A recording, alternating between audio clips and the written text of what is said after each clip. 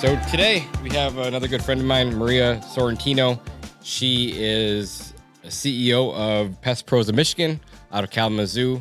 We met close to a year ago now through Seth. Yeah. And been friends ever since. Stayed connected. We went down to their place like 5-6 months ago. Ben was down there for a day, spent the day with them. Paul put on a great training for us down there. Yeah. And so I asked her if she wanted to be on the show. She said absolutely. So we finally got another really good pest control professional on the show. So welcome to the show. Yeah, thank you. Yeah. So kind of just start real quick. Just kind of tell us how you got in the industry, what your background is, and kind of where you guys are at today. And then I got a plethora of questions to ask you. Okay. Throughout the show. So why don't you just tell us your background? So I think like most folks, I fell into pest control. I had a friend who owned a pest control company and wanted me to come in and run the office. It was supposed to be part-time. Nothing in pest control is ever part-time. I started kind of running that for him. When we did the first interview, he said to me, like, where do you see yourself in 5 years? And I was like, well, running this company, and so I started in the office, ended up getting certified because I thought it would help me be better on the phones. And we had a guy that went and was in the military and got called out, and he was like, okay, you're up. And I had been doing like payroll for everybody, and I was seeing what they were making out there. And, I was definitely interested. So I went out into the field, ended up running the field for him for quite a few years. We ended up parting ways. And I went and worked for Target distribution for a year. And then a friend of mine who is a home inspector reached out and said, hey, I got an idea. I want to start a pest control company. You can run it. Like, I'll put up the money. And that sounded like a pretty good deal to me. So that's how we kind of got here and ended up in the pest control. We when we started, we met this morning. We were actually talking about this. Like, when we started, we were just kind of naive, and we like rented an office and hired some people and just like jumped right out, like just started right off the gate. Really went heavy on the advertising and kind of broke into the market. And I think we were just so naive that we didn't know any better. Like, so we just kind of knew that we were going to go for it, and we did. And so, yeah, that's kind of the story of how this came about. Yeah, so I remember you telling me that he was kind of like a silent investor. Yeah, yeah. And so you guys are business partners, and so you run the company, he backs you up. But you guys started off strong out of the gate, started marketing. Did he have a business background at all? He owns a home inspection company. Okay, gotcha. So he is that he feeds us. He kind of feeds us the pest inspections and the leads. And he's very entrepreneurial. And so he sees the needs, right? And so I think that's why he wanted to be involved in the pest control side of things. And he has just been a wonderful partner because he in the very early days, I would go to him and say, like, I don't know if I should do this, should I do this or this? And he would say, like, Maria, I trust you. Just make whatever decision you think is the right decision. And I just, he's been kind of true to that, which is amazing. I don't think most partnerships are that trusting, where somebody's just like, you're there, you're running it, make the decisions that you need to make. And I think that that's the beauty of why it works so well with us, is that we're just, he's more of like support and the financial side, and I'm more of the operational side. So are you a visionary? Is he a visionary, or both of you? I think visionaries?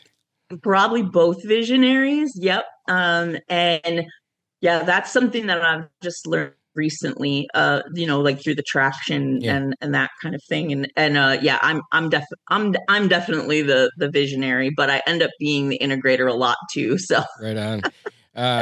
And when did you? So what year did you guys start the business? 2018. 2018. And at what year do you think it started? It just kind of like started to click. Like, hey, I need to go to these events. I need to start networking more. I need to start learning more. When did that all happen? I think it was like year 2. Okay. I had been invited to the events. And it kind of just felt like a frivolous kind of thing, right? Initially, where where I was like, oh, that's cool. That feels like other people do those kind of things. And then and then I ended up talking to quite a few people in the industry through the forums.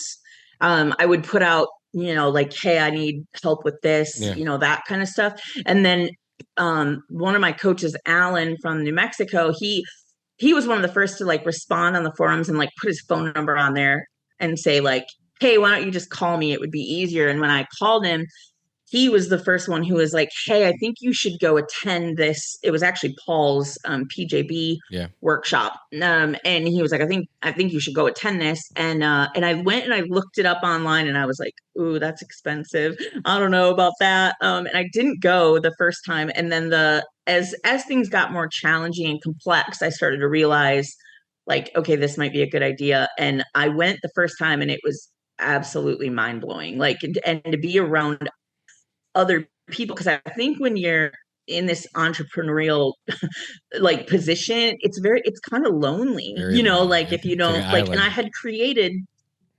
had created that network in Kalamazoo with some other businesses, but to go and like be around all pest control people and like hear the same verbiage and the same language and the same struggles was just, it was like you felt almost like at home, right? Yep.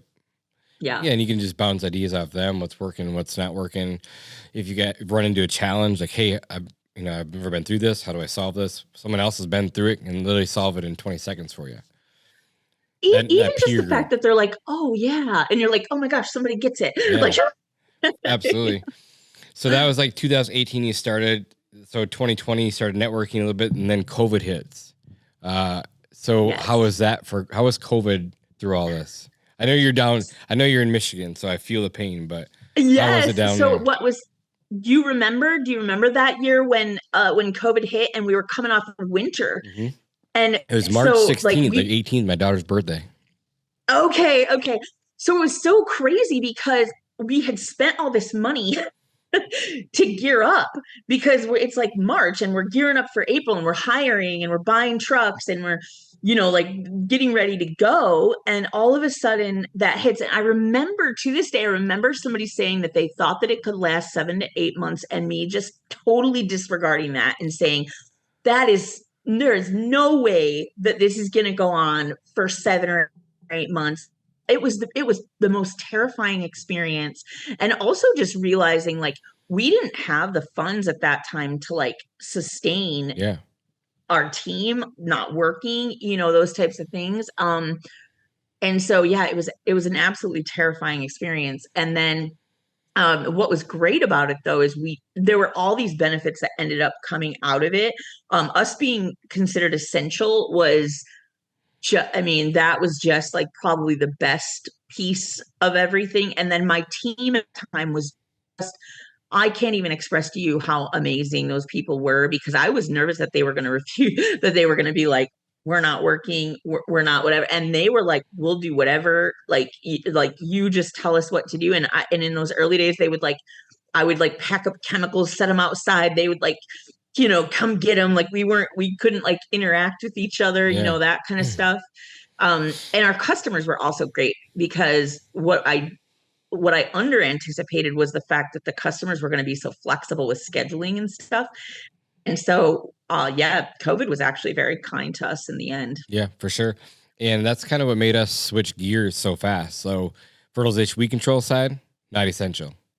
That was like the largest part of our business at the time. That makes so much sense. Okay. Pest control wasn't. I'm like, I am never going through this again. So even though fertilization weed control is like recession proof too, which is great, but it's not COVID proof. We figured that out in Michigan. And so we made a shift hard then. And that's when we started pushing really hard towards pest control side. You brought up a really couple of good points. So you guys started in 2018. Now it's 2023. How many trucks do you guys have on the road now? I think 14. So you guys grew fast too. Yeah. You guys grew really fast. So where did you're really good at marketing? I've seen a lot of your stuff. Your brand is on point. It all looks really good. Where did you learn that stuff? And then two, what marketing tactics were you using to help grow the last few years? Yeah. So, it's kind of a loaded question. Sorry. It totally is. I don't even know. I guess I figured out that marketing is something I'm good at. I didn't really know that. the colors were really kind to us. The color scheme worked out really well, and our wrap company was really awesome. They look great. When that first started, right? Like they kind of blew our mind, and we work with Pete out of Atlanta, and he kind of has been really instrumental too in like the branding aspect and keeping things on brand, and kind of having this holistic approach to marketing.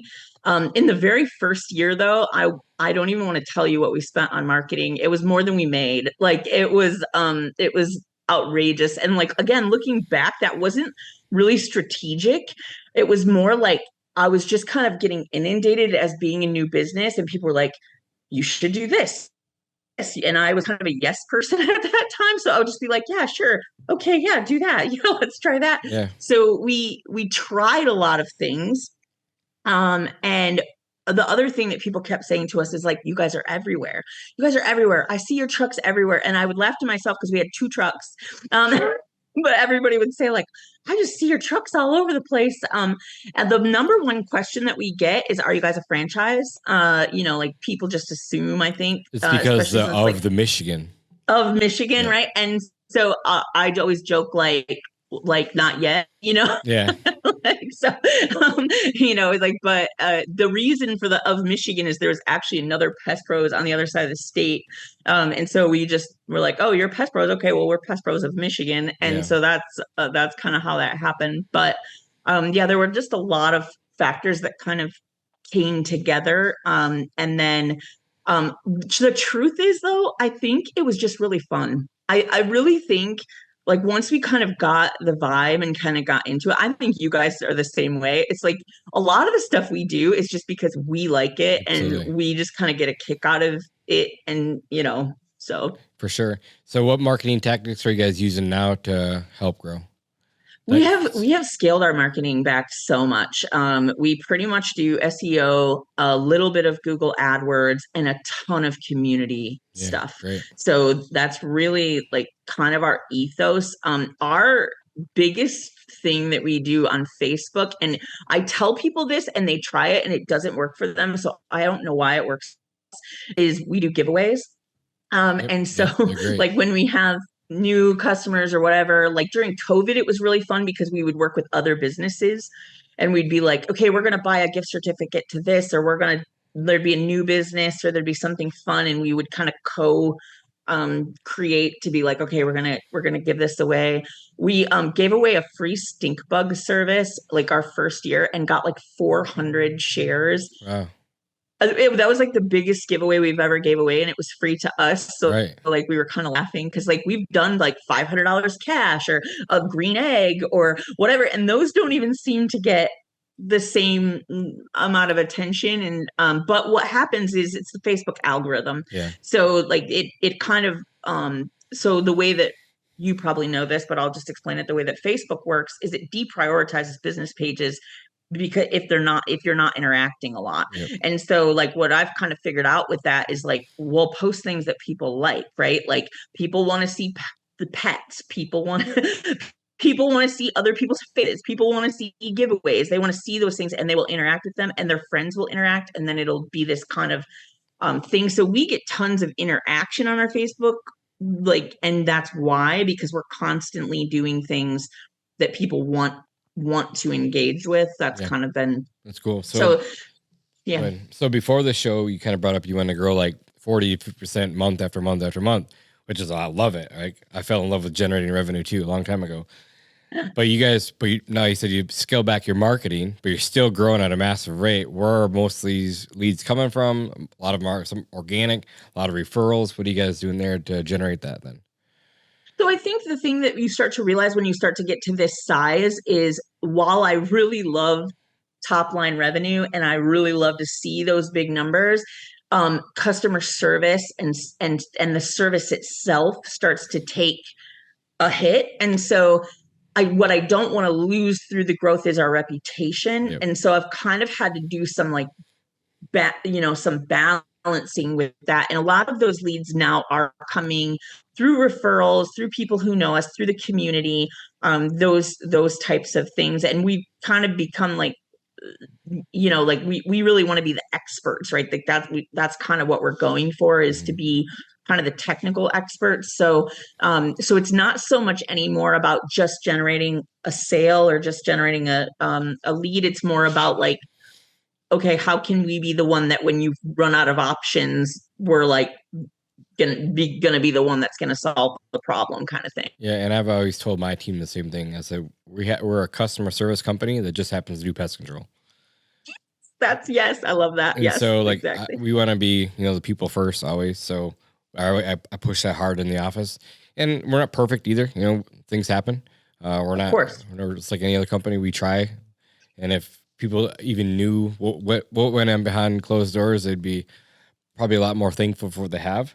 But we try our best. Of course. And then you brought up hiring. How has hiring been down there the last few years? You think like it's getting tighter? Do you think it's opened up a little bit for you guys? How about that? The hardest struggle that we've had with hiring has been in the office. Weird, right? You wouldn't think that. We have not really struggled with hiring people in the field recently, because I think we come about it in a different way, where we're trying to be attractive. Yep. So we're just trying to be so attractive that people from the industry want to come over. Okay. And again, we kind of pride ourselves on being kind of the technical wizards. And we also provide a lot of personal and professional development for our staff, and we send them to a lot of things. And so I think when people start to see that and they value that and they go, I really love pest control, I want to be better at being a technician, I want to learn, I want to grow. I feel like that's kind of what we've set ourselves to kind of be, where it's like, this is the company you want to be at if that's what you want. So we haven't had a lot of trouble in hiring technicians. In fact, typically we're overstaffed, but the office has been a little bit more challenging there. So right on. And yeah, that seems to be a lot of turnover rate is in the people's offices. Finding a good pay for performance bonus plan for them, especially for call center, is a really good idea. It's something we can chat about outside of this.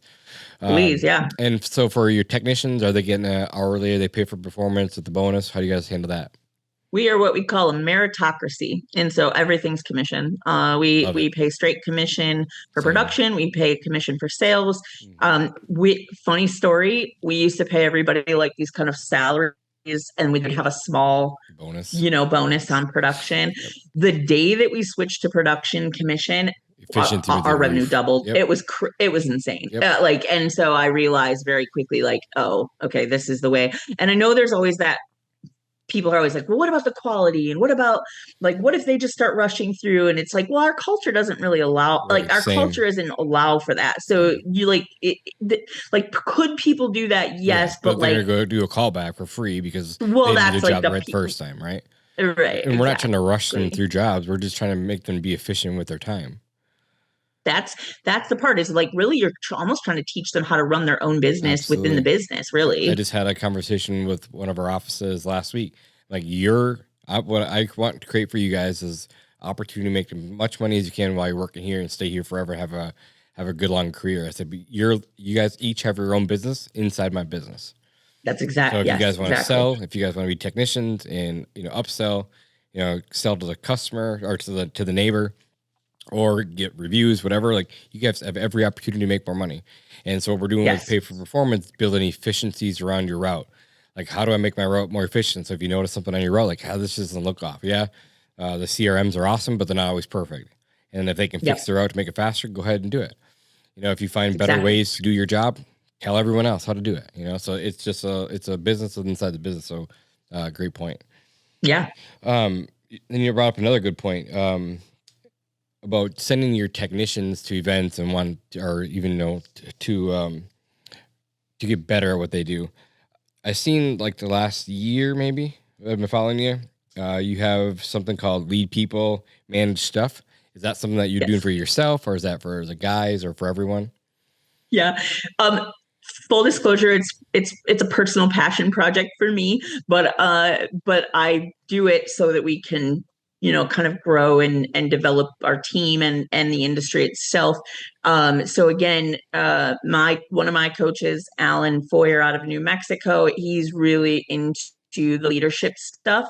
And it's really been instrumental. It's like, he's changed our lives, right? Tony and I talk about this. My husband and I talk about this all the time because it's like his influence has absolutely changed our lives. And we want other people to see what that actually means. And so we try to give those opportunities to our staff and to the industry as a whole. Because when I go out to the events, I see that we're all struggling with the same types of things. And leadership is just, you can read every book on the subject. You can want to do it. You harder, right? Like it's just challenging on top of the technical side of the business, on top of running the business itself. Now you've got this other component, and we kind of get thrust into this, right? Like where you're like, oh, now I got to manage people.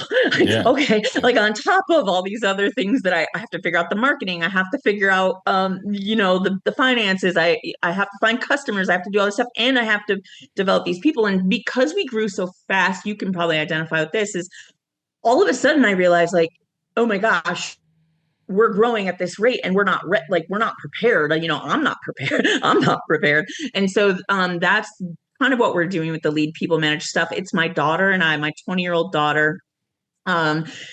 She wanted to kind of do something on the side. She works in the business at Pest Pros as well. And she is just an old soul for a 20-year-old. Like she's a bit of a badass, right? Like she can really manage stuff and hold stuff together.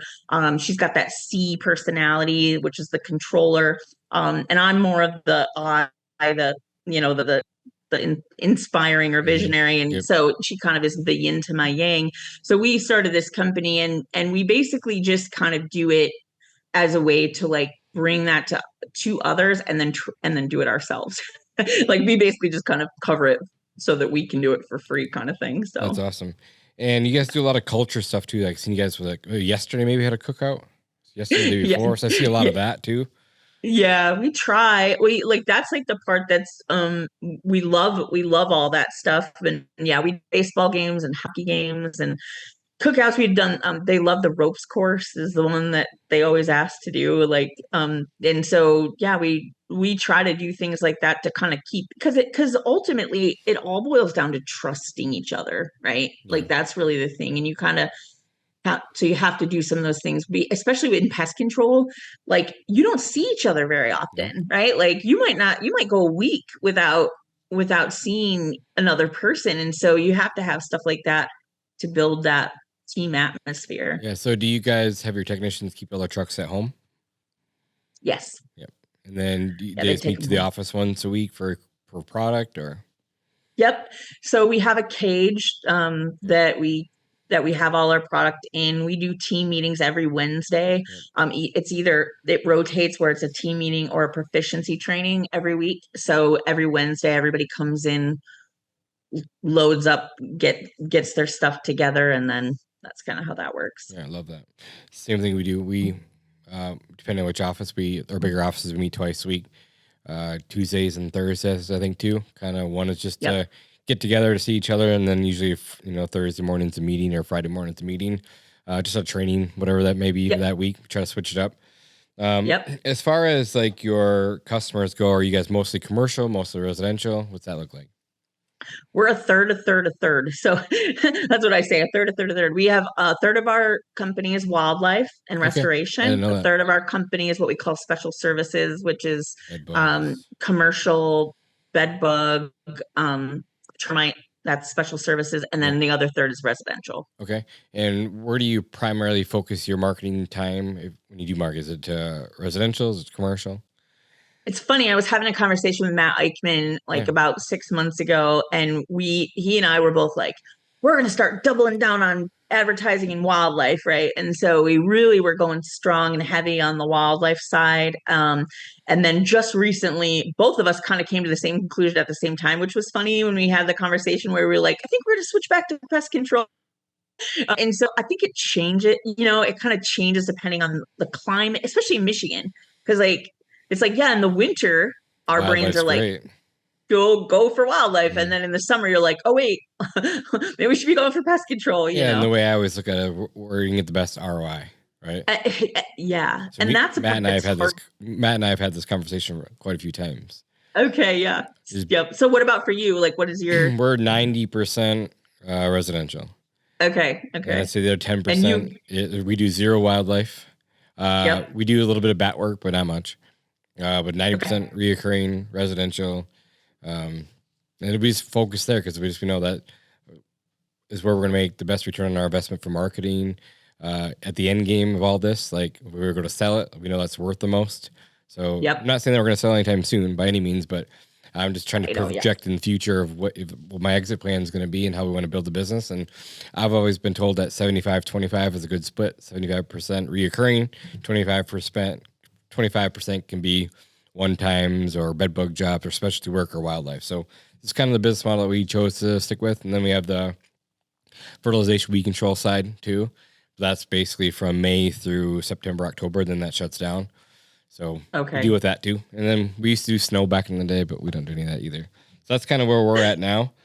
Something that I have written down that I wanted to really talk to you about is women in pest control. There's not very many of yous, and that's why I thought it'd be great to have you on here. I know you do a lot of events, but a lot of events with women. Tell us about that, like what it's like to be a woman in a man's industry, and then all the other events that you go to. I think it's awesome. Yeah. So it's interesting, like when these things come up, because I know that there's like a lot of conversation around this. And like for me, I personally, I'm not saying that other people haven't, but I personally have never felt that there was really a difference or that it was weird. Like I've never been held back because of being like a female as far as in business or in pest control, either way. And so I just kind of, again, was just a little bit naive and just kind of like going for it. And now I can see like the industry and the other people. I've also really always been incredibly welcomed in this industry, like which is interesting. When I worked at Target, I was almost shocked at how well like these guys who'd been in the pest control industry for 20, 30, 40 years would like come in, like ask me about what product to use and those types of things. And it never felt weird. But I think that, yeah, it definitely, the world is kind of changing in those ways too, where things are looking different. And there's some really like incredible powerhouse women in this industry. Sure like is. I am just so enamored. Sky Lajani and I went to the women, was it Women in Pest Management? We won an award there, and it was a Women of Impact, right? We had went to that event, and it was awesome, and there were so many people there, and it was just kind of a sight to see, and also see just like how many different things. Because the other thing too, I think when you tend to think about women in pest control is like, okay, are we only talking about CSRs? Are we only talking about admin? And there's so many technicians. And the thing too is like I have female technicians too, and they are just awesome. At one point my company was all women. I think there was 8 of us. And people would be like, did you do that on purpose?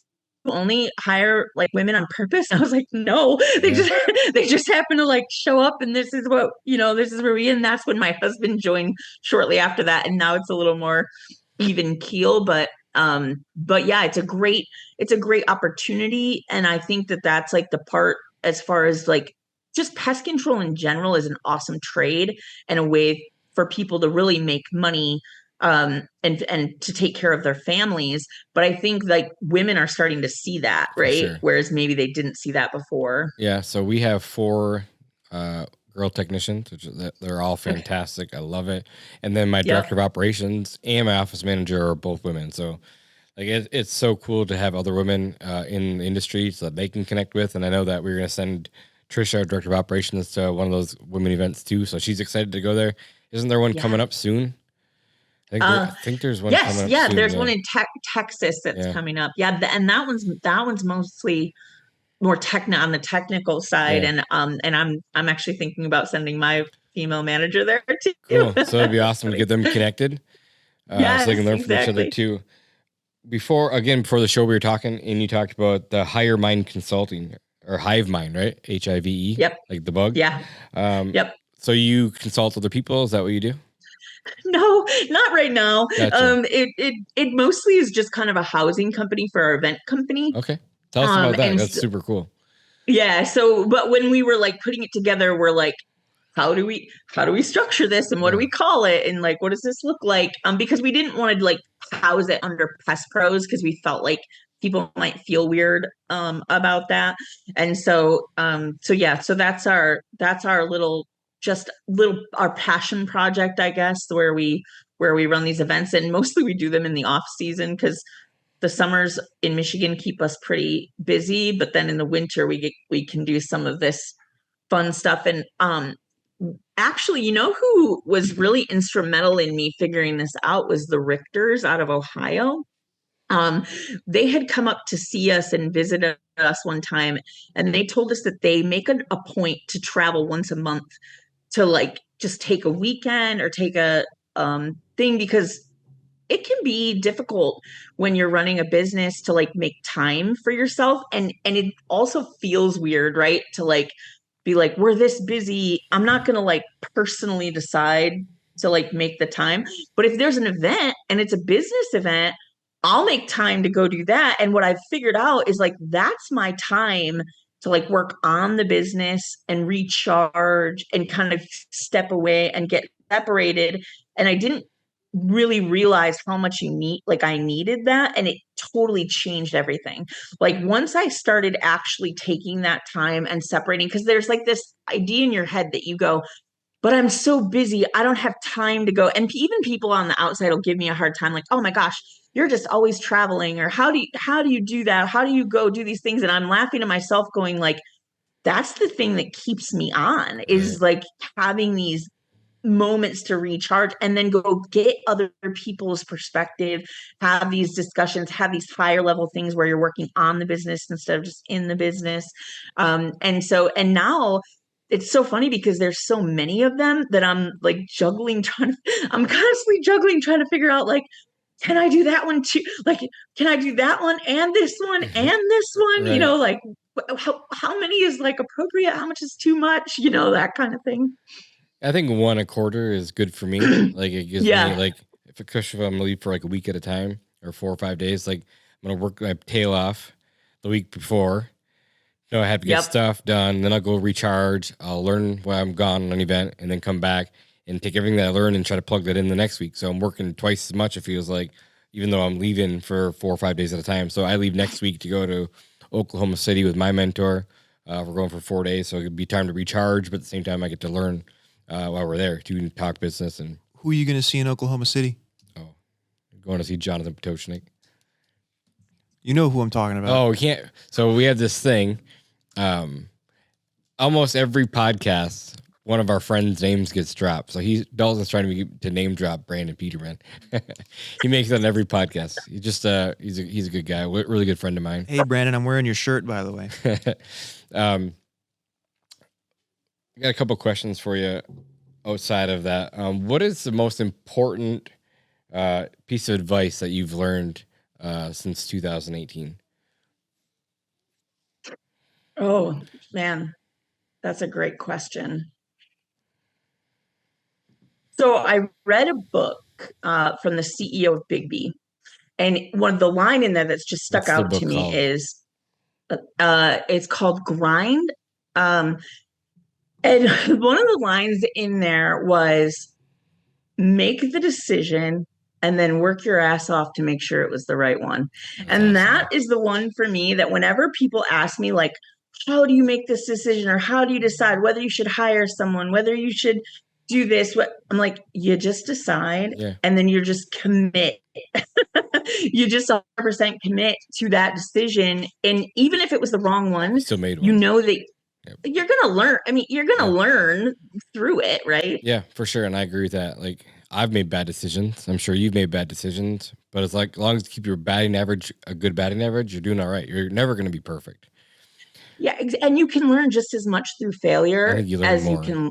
Yeah, exactly. So it's kind of that thing that you go, and like, this is the part that I was actually having this conversation recently with, someone about, like acquisition. Yeah. And I was saying like, even if the deal doesn't happen, what a great experience to just be thinking about these concepts, be learning through the process. So whether or not it actually happens, it's still worthwhile. You didn't waste your time, right? Yeah, you learn a Because you lot still through it. were learning these things. Yeah, we went through an acquisition last fall, and we're kind of going through a few right now. But yeah, you learn so much through them.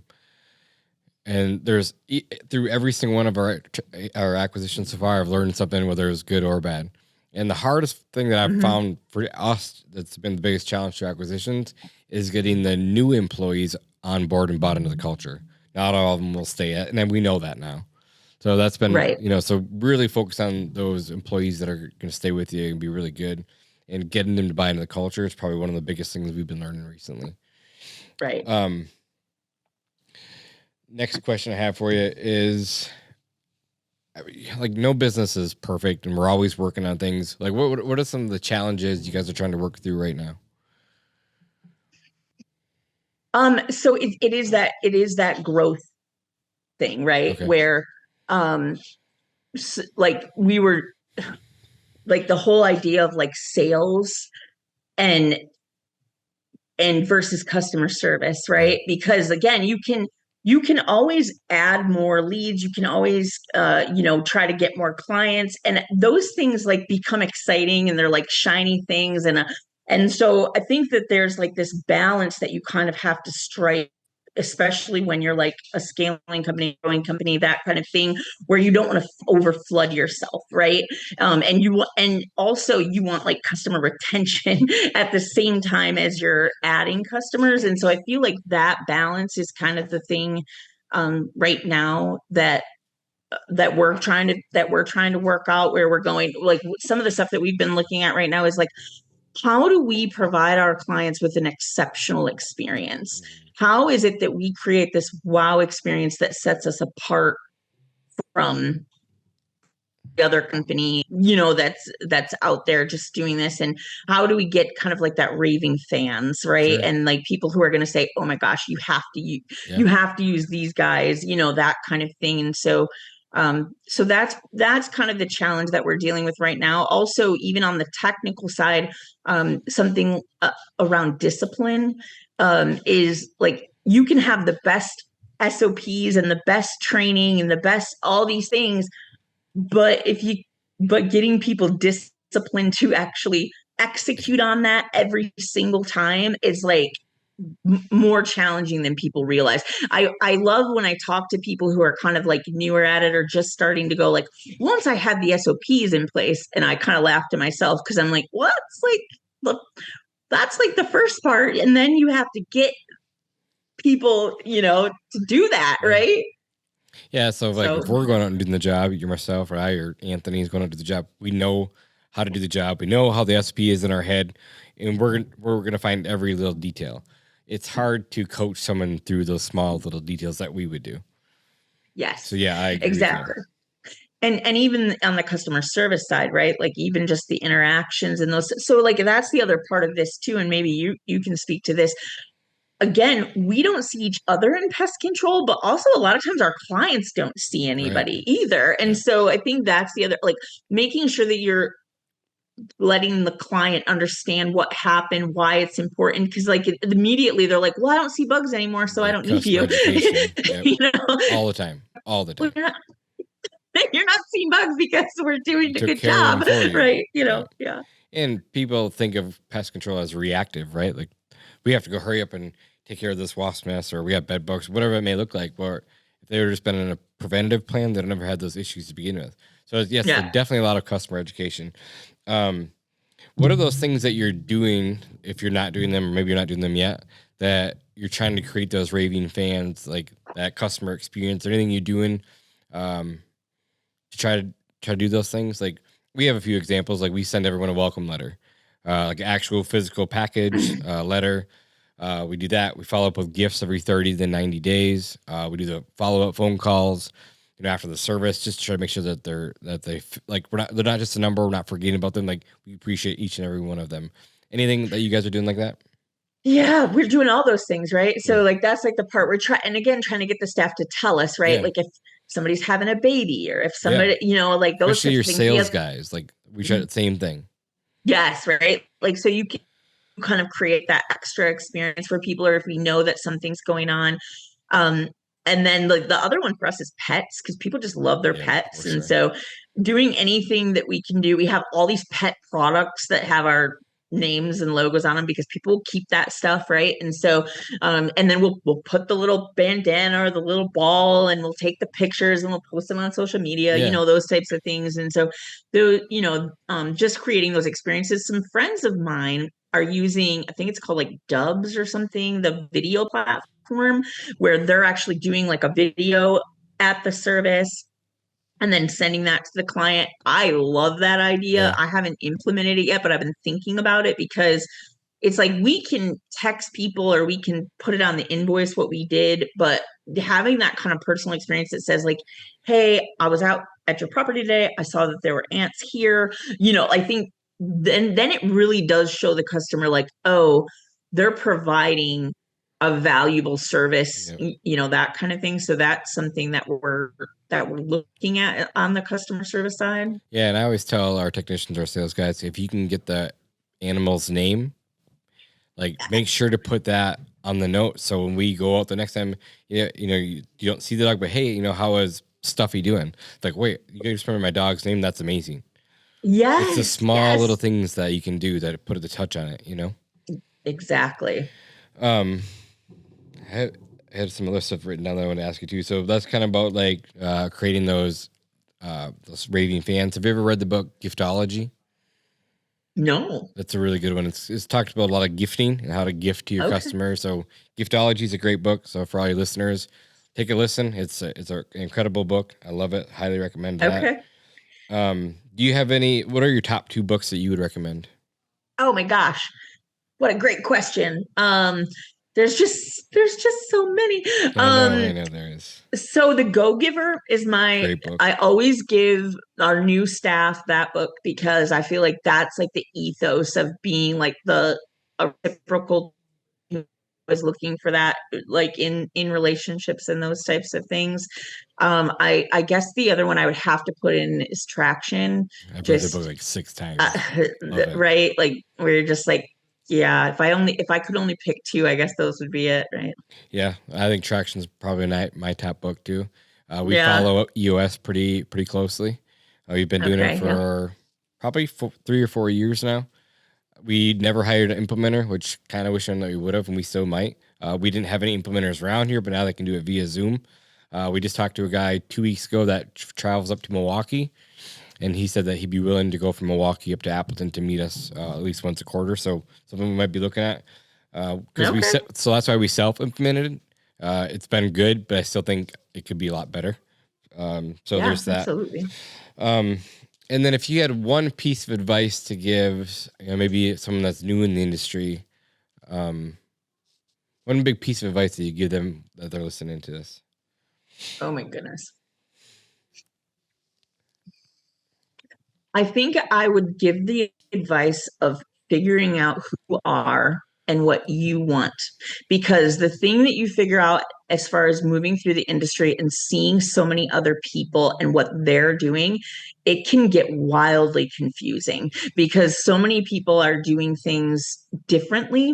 And so if I was new to the industry, I would say take some time and really identify what your personal values are and what your personal strengths are, so that you can really understand what you want your company to be, so that you don't waste time and energy like trying to be somebody else or kind of falling for things, because again, I don't think anything that anyone's doing is wrong. I think it's just a personal choice of what you want to be and how you want to do it, and also like what you're willing to sacrifice, because I think that that's the other piece to this too, to go like, there are a lot of people who are like, I would just never want to do what you do. And I'm like, I totally respect that. Like, I totally respect that. Like that there are people who are just like, nope, I want it me and another person, and I want to be able to travel and I want to be able to do this. And I totally respect that. And then I think that that's probably the biggest thing that I would say is like, figure out who you are and who you want to be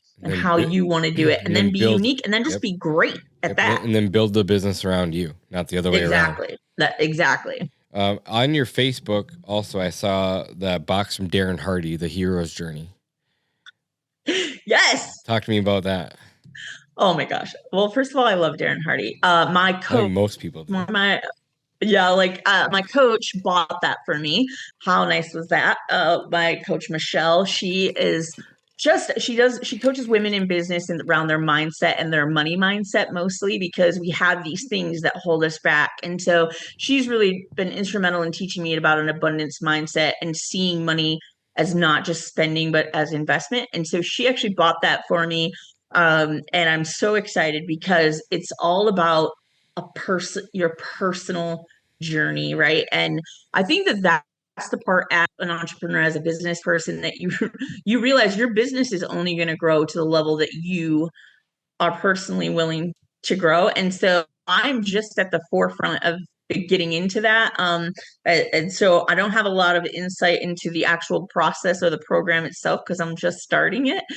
So we'll have to do this again in another year after I'm done and dive into that. Is that how long it is? A year? It's a year, yep, and it's about $5,000 to do it, and it's pretty like intensive, but it's all around like your personal journey, and so I feel like this is the piece. If I can speak to this for the business, and I'm sure you can identify, we tend to pour everything into our business, right? And so this is the part that I'm getting to just now at this point, kind of going like, I've spent the last 6 years giving the business every ounce of me. It gets all my attention, all my time, all my energy. And I'm finally kind of realizing like, okay, time to kind of take a little bit of that energy and kind of put it back on myself so that awesome. And Sky Lajani actually kind of challenged me on this recently when we were talking about the vision of the company. And she kind of challenged me to go, what is your vision for Pest Pros? And she's great at this. She's great at kind of getting it. So what is it? And what is it?